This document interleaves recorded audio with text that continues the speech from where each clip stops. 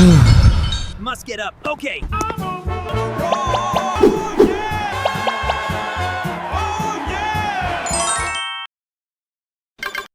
지난 시간에는 HT 설정과 관심 종목 창에 대해서 배웠고, 우리는 그것을 가지고 지지와 저항에 대한 이론 강의와 또 이걸 어떻게 하려고 하는가 실전 강의에 대한 영상을 들어볼까 합니다. 자, 지지와 저항에서 크게 두 가지 대명제를 갖고 출발해야 됩니다. 직전 고점이 오늘의 저항이며 급등 이후에 오늘의 저항이 내일의 지지가 된다. 즉 영원한 음봉이었고 영원한 양봉이 없다 이 말이에요. 양음 전환이에요. 지지와 저항 크게 네 가지로 보는데요. 거래량에 대한 저항, 지지, 이동평균선에 대한 저항과 지지, 시간에 대한 저항과 지지, 이 3대 원칙이 존재합니다. 자, 지지를 우리가 스포트라고 그러잖아요. 주식 투자는 사람이 하는 거잖아요. 결국에 사람 심리가 아주 잘 통해요. 사람들이 절대 안 던지려고 하는 가격, 이 가격권에서 심리가 형성돼가지고 딱 모여있는 것을 우리가 뭐라고 하냐면 지지순이라고 합니다. 물론 그 지지순이 깨지면 폭락하게 돼 있죠. 마찬가지 저항을 우리가 레지스탕스라고 하는데 역시 심리가 결합돼가지고 가격이 반영이 돼서 여기 가면 팔아야지라는 게 대부분 다 형성됐을 때 저항이라고 그러고, 마찬가지로 그 저항선 뚫고 나면 또 뭐한다? 한동안 폭등하게 되는 거고, 이러한 기법 가지고 우리가 신고가 돌파 매매나 신고가 눌림목 기법을 잡을 수가 있는 거예요. 자, 지지가 역시 1차 지지가 오는데 반등, 2차 지지 이후에 반등, 그 횟수 증가할수록 그 파워는 바로 뭐 된다? 약해지겠죠. 이게 무슨 말이냐면 주가 내려오다가 지지수 맞고 반등 맞고 다시 내려오다가 지지수 맞고 반등 나오는데 이 강도가 약해진다는 거. 세 번째 지지가 만다 내려가겠죠. 즉 이 지지 라인이 지지가 됐고 이까지는 반등이 많았는데 두 번째는 반등이 약하고 세 번째는 지지가 깨지면 만다 폭락한다. 이걸 우리가 많은 경우에 볼 수가 있어요. 역시 반대로 어떤 주가가 상승을 하다가 저항선을 맞으면 빠지고 다시 상승하다가 저항선 맞으면 빠지고 하는데 이 빠지는 각이 작아지겠죠. 세 번째 돌파할 때는 뚫어본다 이 말이에요. 세 번이나 또는 네 번, 다섯 번 그 횟수가 잦으면 잦을수록 뚫는 강도가 더 세지더라. 이걸 우리가 양음의 전환의 비치기라 이렇게 이야기를 하겠습니다. 자, 지지와 저항에서 네 가지 핵심 원리는 지지와 저항을 항상 변화한다. 우리 주식 기법이 100% 맞는 기법은 없어요. 10년 전의 기법을 따라가는 게 아니라 가장 최근 통한 기법을 따라가야 돼요. 지지와 저항 항상 변하듯이 사람 심리도 변화하고 기법도 계속 변화하고 또 옛날에 통했던 것이 안 통해지고 또 안 통하다가 통해지고, 그게 바로 양음의 흐름, 지지와 저항의 흐름, 순환이다. 이걸 알 수가 있어요. 또 각각의 역할이 제 역할 하지 못하면 반대작용한다. 저 지지가 되다가 지지가 잘 못 되면 뭐한다? 폭락하고, 저항이 되다가 저항이 잘 안 되면 뭐한다? 폭등한다 이 말이에요. 세 번째, 새로운 지지와 저항이 나왔을 때 새로운 지지와 저항의 무게중심이라고 그럽니다. 그 위에서 움직일 때 상승의 가능성이 크고 반대로 무게중심 아래에서 움직일 때는 하방의 가능성이 크다. 마지막 네 번째, 박스권 탈피해서 새로운 추세 만들었을 때 반드시 박스권의 지지나 저항의 제 역할을 해야만 추가적 추세가 만들어지고, 그 역할 하지 못하면 지지는 뭐하고 저항이 되고 저항은 뭐한다? 지지가 된다. 새로운 박스와 새로운 지지와 새로운 저항의 박스가 탄생된다 이 말입니다. 자, 우리가 상승 1파, 2파, 3파, 대개 상승 파동은 3파동 정도가 끝이고 약 10% 정도가 상승 4파와 상승 5파를 나가는 경우가 있어요.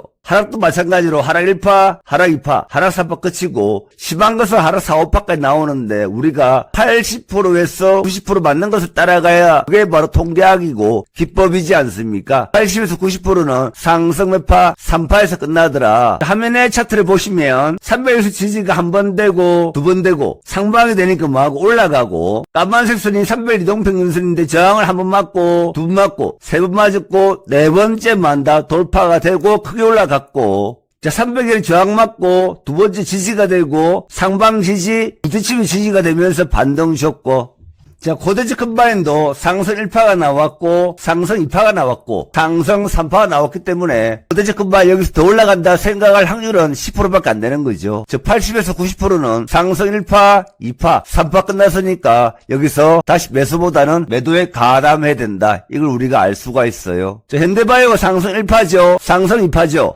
한 번 더 올라가게 되면 상승 3파인데 상승 3파 이상 4파 5파 나올 확률은 10%밖에 안 된다. 그래서 아무리 폭등주로 하더라도 상승 3파 이상은 노리지 마라. 이게 제일 또 안전한 매매법이고 지지와 저항의 실전 매매 적용 사례라 할 수 있겠습니다. 셀비온 같은 경우에 상장 당시의 고점 이게 바로 뭐겠습니까? 저항이겠죠. 이 저항이 딱 부딪혀요. 부딪히고 뭐가 나옵니까? 조정이 나오죠. 그 다음 만다 저항을 돌파되면서 돌파 매매 기법 통하게 되는 거고요. 저는 이게 헤드라고 그런다면 이걸 숄더라고 해야 되겠고 숄더 저항을 맞고 뚫어버리잖아요. 그래서 신규주 같은 경우에 신고가 돌파 매매할 때 지지와 저항이 실전 투자로 많이 쓰인답니다. 자, 셀비온 같은 경우에도 상장 당시에 고점 출하액, 두 번째 출하액 맞으니까 빠졌고, 세 번째 뚫으니까 더 올라갔지 않습니까? 이만큼이 약 40~50% 정도 되거든요. 그리고 고점 출하액가 될 때, 저항을 뚫어버릴 때 사면 먹더라. 실전 투자 성공 케이스 볼 수가 있고요. 역시 IT캠 신규 상장주인데요. 단기 고점 출하액, 두 번째 출하액, 세 번째 출하액 하니까 뚫어버리고, 첫 번째 저항은 두드려 맞고 두 번째 저항은 뚫어버리고 약 50% 정도 상승하더라. 이걸 우리가 또 볼 수가 있네요.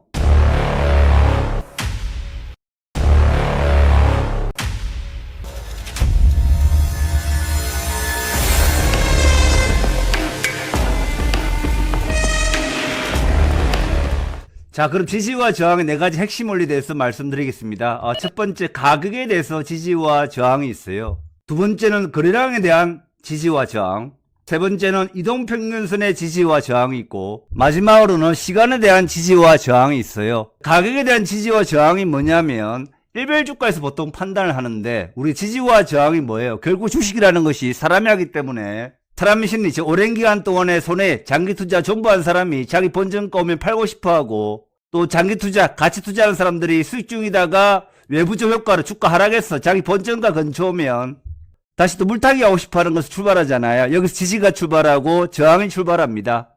자, 가격에 대한 지지와 저항, 예를 덕양 에너지를 든다고 그러면 2026년도 2월 25일, 24일, 26일 고가 라인 보면 23,650, 300, 750이 돼 있잖아요. 다시 올라올 때 강력한 저항선이 뭐냐? 23,000원대가 가장 강력한 저항선이 되는 거예요. 그래서 3월 4일 날 22,900 빠지는 거 아니겠습니까? AT세미콘 같은 경우에 저점이 1840부터 1820, 1850, 1835, 1845가 맞춰지잖아요. 모든 종목이 그런 게 아니고 종목마다 특성이 있는 게 이가 저가 맞다가 또 올라오고 저점 맞고 올라오고 저점 맞고 올라오고 하는 케이스가 있어요. 이럴 때 우리가 보통 박스 매매를 하면 되는 거죠.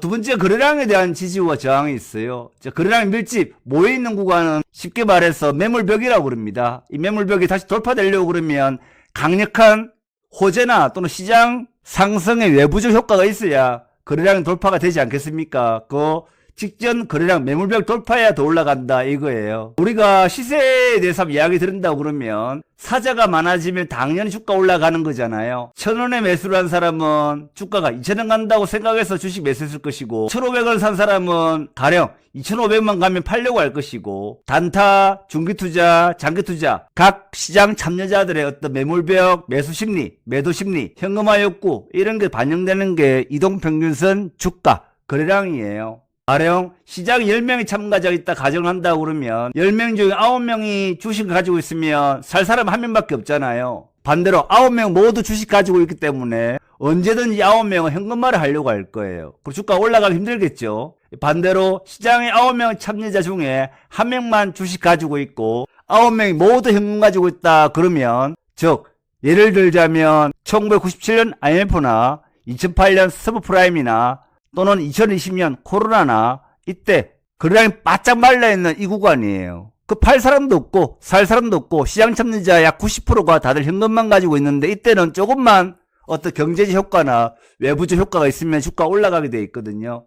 여기서 우리가 이제 거래량에 대한 지지와 저항을 생각할 수가 있는데 이 고점이 결국 뭐냐? 실제 유명 정권 방송이나 또는 신문, 언론에서 떠들어댈 때가 되게 고점이다. 가령 2007년도 중공업주, 조선주가 고점이었고 2012년도 각종 펀드에서 또 랩에서 매수했을 때 현대차가 고점이었어요. 이 이후 차정이나 조선중공업주가 10년 이상 기간 조정, 거래량 저항으로 오랜 기간 또 주가 못 움직이다가 이재명 정부 들어서서 종합지수 6,500포인트로 가면서 삼성전자, SK하이닉스 현대차 필두로 아주 강력한 장기저항 매물벽 뚫고 새로운 고가놀이 간 케이스를 생각할 수가 있거든요. 즉 대부분의 시장 참여자가 3년 5년 동안 들고 가다가 자기 번정가만 오기를, 즉 삼성전자나 현대차, 삼성전자가 5만원 전자까지 빠졌잖아요. 코로나 이후로.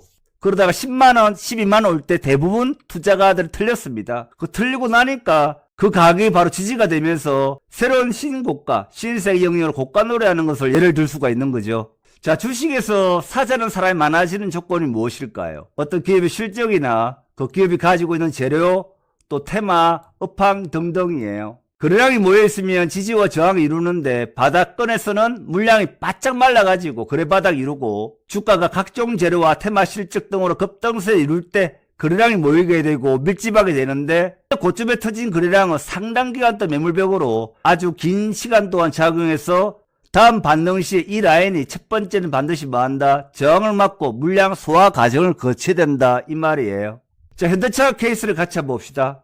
2026년도에 거래량 돌파됐습니다. 돌파되고 나니까 강력한 연도별 저항선 30만원대 돌파되면서 68만원대까지 올라가 버렸죠. 자, 지지와 저항 세 번째가 바로 뭐냐 하면 이동평균선의 지지와 저항이라 우리가 부릅니다. 5일 이동평균선이 뭐예요? 5영업일 종가 모두 더해서 나누고 5인 게 5영업일이고 20일 이동평균선은 20영업일 동안의 종가를 모두 더하기 해서 나누기 20인 게 20일 이동평균선 아니겠습니까? 이 라인은 5일간 또는 20일 또는 60일, 120일, 300일 평균치를 넘어서 주시장에서 강력한 심리적 지지선과 올라올 때는 저항선 역할을 하게 되어 있습니다. 또 지지가 깨지면 하락했다가 다시 올라올 때 이 지지는 뭐로 바뀐다? 저항으로 바뀌고 또 저항이 한 번, 두 번 뚫다 보면 결국 뚫게 돼 있고 올라가고 나면 상승하고 난 뒤에 다시 조정할 때 앞전 저항선이 뭐가 된다? 지지선이 되는 거예요. 자, 우리 지지선의 역할을 같이 한번 봅시다. 어떤 주식이 아무리 폭등한다 하더라도 하루도 쉬지 않고 올라가는 경우는 드물지 않습니까? 물론 5영업일 상한가 또는 7영업일 상한가 나오면 우리가 또 급등주 구비칙으로 크게 먹는 구간, 약 95% 성률 구간 가져갈 수가 있겠지만 어느 정도 주가 올라가면 매물 압박 때문에 거래량 증가 또 이익실현 욕구 등이 모여서 이동평균선 저항이 작용하면서 빠지는 것을 저항이라고 그러고 또 빠졌다가 다시 지지되는 것을 우리가 이동평균선 지지라고 부릅니다. 사실상 5일 이동평균선은 실제 매매 크게 좌지우지 않고 단기 추세는 21선, 중장기가 121선 또는 61선, 장기는 301선을 기준으로 우리가 지지와 저항이 작용한다 생각하면 될 겁니다. 21선 케이스 말씀드려 볼게요. 현대건설인데 2026년도 2월달 당시에 21선 딱 지지하고 강하게 상승이 나왔잖아요. 그 전에 그럼 이 흐름이 이동평균선 이격이 적죠. 어디부터 벌어지기 시작합니까? 여기부터 이격이 벌어지잖아요. 그저 역배열했다가 정배열 전환되고 그다음 이격을 크게 하면서 처음 조정 내려올 때 처음에 우리가 어디가 부딪히느냐면 21선이 부딪히더라. 그래서 항상 이런 매매할 때는 우량주 경우에는 대개 21선 근처 왔을 때 지지되는 거 보고 진입하면 먹을 확률이 크더라. 이걸 우리가 알 수가 있어요. 다음에 한미반도체예요. 앞전 케이스 강인들은 현대건설 비슷하게 여기가 이격이 작잖아요. 또 정배열 전환된 지 얼마 안 됐고 처음에 강하게 상승이 올라오면서 첫 조정 나오죠. 첫 조정이 바로 뭐다? 21 이동평균선이 지지가 되더라. 즉 우리가 이격이 작다가 첫 상승 나오고 첫 조정은 우리가 21선 지지되는 거 보고 들어가면 먹을 확률이 크더라. 이걸 우리가 알 수가 있어요. 자, 61선 지지되는 경우 같이 한번 볼게요. 우리가 61선이 보통 생명선이라 그러거든요. 자, 그럼 나노엔텍 같은 경우에 처음 지지되는 라인이 지지가 됐다고요. 안 되니까 하락을 하게 돼 있죠. 그러다 어디가 지지가 됩니까? 60일 지지가 되고 강하게 상승세가 나오잖아요. 엑세스 바이오 같은 경우에도 2020년도 당시에 아주 강하게 올라왔어요. 그러다 조정 나오는데 어디가 지지가 되죠? 20일 지지가 되고 반등 잠시 주고 그 다음 20일 깨지죠. 그리고 어디가 또 진입 타임 잡을 수가 있습니까? 60일선이에요. 이게 이동평균선 지지와 저항을 이용한 매매 기법이다. 이걸 우리가 알 수가 있고요. 자, 우리가 그 역할이 이제 바뀐다. 리버스가 된다. 즉 지지가 저항이 되고 저항이 나중에 뭐가 된다? 지지가 된다. 이걸 우리가 알 수가 있고 실전 투자에 활용한다고 그러면 이평선 거리가 너무 멀어지면 즉 강한 상승세가 나오면 결국 빠지니까 20일 또는 60일 기다려야 되고 역배열 상황에서 하방권이 많으면 반등 1파와 2파가 나올 수 있으니까 역배열 매매와 정배열 매매를 리버스 하면서 실전 투자에 활용할 수가 있다. 자, 우리가 이동평균선이나 또는 거래량 또는 가격에 대해서 지지와 저항일 때 일반적 매도법은 매물벽에서 이제 보통 매도를 합니다. A라인 매도 치는데 올라가는 B 경우가 있을 것이고 C 경우가 있을 거 아닙니까? 여기서 정답은 없어요. 가장 최근 장 흐름 봐야 됩니다. 즉 강세장이냐 약세장이냐. 또 요즘 종목이 전고점 근처에서 뚫고 날아가는 게 더 많으냐, 전고점 근처에서 빠지는 경우 많으냐, 이걸 봐야 돼요. 즉 가령 2026년도 3월달 당시 패턴은 전고점 돌파하면서 날아가는 경우가 많아요. 즉 첫 조정 맞고 눌림목 살짝 줬다가 다시 올라가는 경우가 상당히 많아요. 예를 들어 봅시다.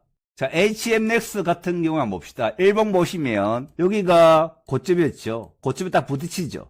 돌파되면서 날아가지 않습니까? 자, NRB예요. 지금 제가 보고 있는 게 주봉이거든요. 상장 당시 고점에 트라이가 되고 저항 맞고 이 주봉이에요. 단기 조정 나오고 요즘 패턴이 주봉상 전고점 근처에서 1, 2주 조정 있다 올라가겠구나. 이게 요즘 패턴이거든요. 그래서 차트 돌리다 이런 차트 나오걸라 NRB 같은 차트가 주봉상 신고가 눌림목 아니겠습니까? 바로 이 구간. 그래서 이런 걸 관종하셔가지고 다시 일봉 들어오셔가지고 전고점 눌림목 따라가는 구간에 모아가면 먹겠다. 이걸 우리가 알 수가 있어요. 실전 투자 활용할 수가 있죠. 자, IT캠 같은 경우에 상장 당시 고점이에요. 고점이 딱 추라이 맞죠? 추라면 빠지지 않습니까? 빠지고 외바닥 찍고 막바로 단기간에 급등이 나왔어요. 고점을 뚫어버리고요. 자, 프로티나예요. 2025년도 7월달 상장 냈을 때 고점이에요. 고점이 딱 추라이 맞죠? 빠지죠? 이게 이제 신고가 눌림목이라고 그래요. 거기에 엄청나게 상승을 주고 있죠. 그래서 이게 수학공시처럼 전 고점에 다 팔아야 된다. 또는 좀 기다렸다가 눌림목 나오걸랑 또 추가로 매수해야 된다. 또는 견딘다. 이걸 우리가 수학공시처럼 명확하게 말할 수가 없어요. 가장 최근 직전에 전고점 근처 추가된 주식이 어떻게 가느냐 통계를 보고 따라가는 수밖에 없습니다. 가장 안전한 것은 전고점에 50% 차이 가고 이틀만 다시 고점 못 먹기면 나머지 주식 매도, 또 고점 벗기면 벗긴 대로 절반 매도 이렇게 하는 게 통계학적으로 어깨 라인을 팔 수 있는 기법이지만 이마저도 가장 최근 흐름을 보고 매도 라인 잡는 게 낫다. 이렇게 말씀드리고 싶네요. 자, 다음은 지지에 대한 저항에서 네 번째 이론이죠. 마지막 이론인데 시간에 대해서 지지와 저항이 있더라. 우리가 9, 13분의 법칙, 13의 법칙이라고 제가 만들어 봤고요. 자, 우리 지지와 저항은 가격, 이동평균선, 거래량, 그리고 마지막에 시간에 의해서 결정된다. 진출되기 주식 신규주죠. 또는 액분이나 액병이나 감자 매매 재개주 또는 극단적 투매가 나온 하한가 매매 기법이 또 상한가 마감한 주식 시가 약세법이 대개 장기장으로 난 뒤에 13분 이내에 향방이 정해지더라. 만약 13분 안에 저점이 지지가 안 되고 더 빠진다 그러면 저점이 더 낮아지기 때문에 손을 치고 나와야 되는 거고 9, 13분 안에 저점이 지지가 된다 그러면 저점 확인하고 매수가 들어가는 것이 가장 안전해요. 사람의 심리상 장기장으로 난데 13분 정도 지나가면 극도의 공포감, 즉 전일 하한가 마감됐거나 또는 우리 신규 상장주가 시가 나오고 아주 급등락 심하잖아요. 대개 장기장으로 난 뒤에 13분 안에 극도의 공포감 마무리되고 난 뒤에 지지 이후에 올리든지 또는 그걸 깨면 한없이 빠진다. 이 이론이에요. 자, 신출되기 주식의 지지선 이게 바로 뭐냐면 신규 상장이나 또는 매매 재개주, 액분, 액병 매매 재개주에 대한 흐름이에요.